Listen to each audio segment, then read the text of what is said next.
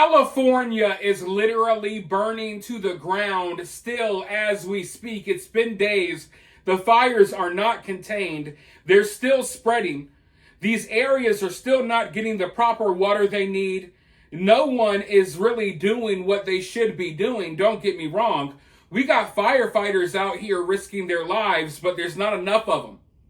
There's not enough of them because so many of them were laid off during the lockdowns and the beer bug in 2020. There's these new policies that basically the fire department has been turning away straight white men in order to hire diversity hires. Well, that's not been working out too well either. And as California continues to burn, Gavin Newsom is doing absolutely nothing. But he has been spotted around town doing little photo shoots, doing little photo ops to pretend like he's concerned, to pretend like he's on the job. And every now and then they cut these little video clips of him talking trash to Trump. It's clear as day to me that as California burns, Gavin Newsom is already on the campaign trail, hoping to be the Democratic nominee in 2028, but it's not going so well right now.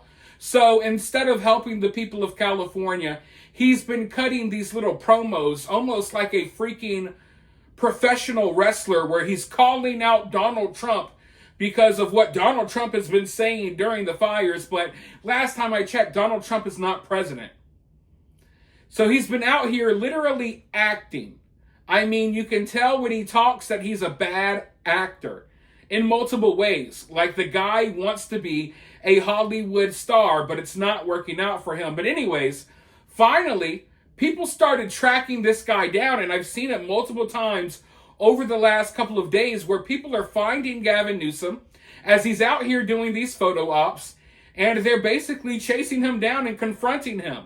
And each time he looks absolutely stupid. He makes up fake stories and nonsense, just like what you're about to watch right now. Let's go ahead and roll the clip, and then I'll be right back with more thoughts. Governor, you got a second? Governor, I live here, Governor. That was my daughter's school, Governor. Please tell me what you're going to do. I'm not going to hurt him, I promise. I'm literally talking to the president right now to specifically answer the question of what we can do for you and your daughter. Can I hear it? Can I hear your call? Because I don't believe it. I'm sorry. There's literally, I've tried 5 times. That's why I'm walking around to make the call. Why is the president not taking your call? Because it's not going through. So Why? I have to get cell service. So let's get it. Let's get it. I want to be here when you call the president. I appreciate it. I'm doing that right now. And it's to immediately get reimbursements, individual assistance, and to help you. I'm devastated for you. I'm so sorry, especially for your daughter.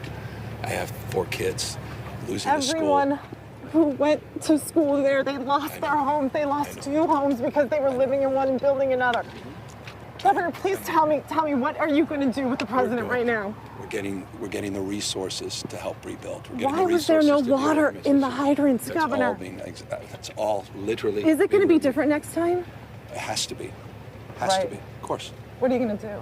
I'm doing to everything fill the I hydrants. I would fill them up personally. You know that. I literally have. I would fill up the hydrants myself.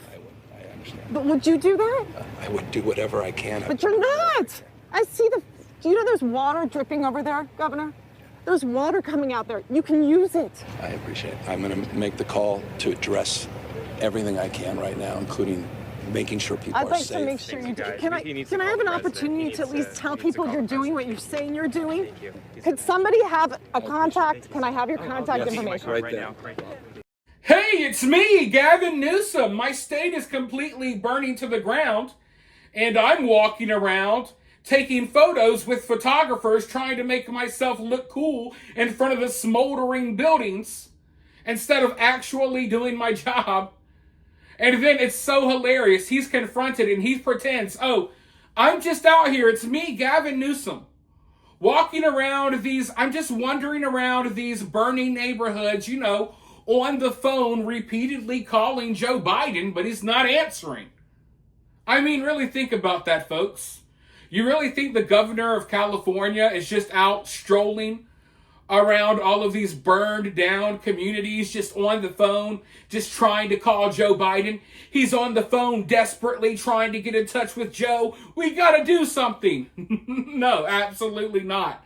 That's not how any of this works. He's not contacting Joe Biden directly on his cell phone as he walks through the streets of California. But that's the type of nonsense that he's used to telling the people of California, because a lot of them, not all of them, but some of them are woke idiots that actually vote for him, and they will eat up anything he says.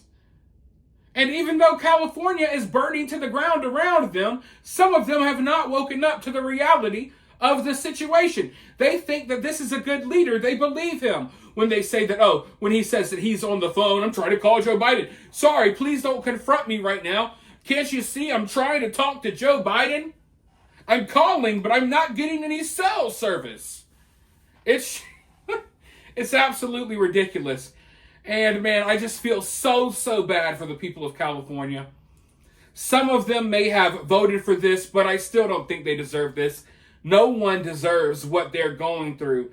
And at a time like this, you need strong leadership. You need something that's the exact opposite of Gavin Newsom, who is just trying to turn this into all a personal feud with Donald Trump, when Donald Trump warned this man time and time again about what was going to happen if they didn't get California in check. But they didn't. They choose to use their money on diversity equity programs instead of cleaning up the forest and getting rid of the shrubbery and doing controlled burns and the things that they needed to do. And now the place is decimated. And now they're going to look to Trump to send them billions of dollars in a couple of weeks when he gets in office. It's like an ongoing, rotating freaking door.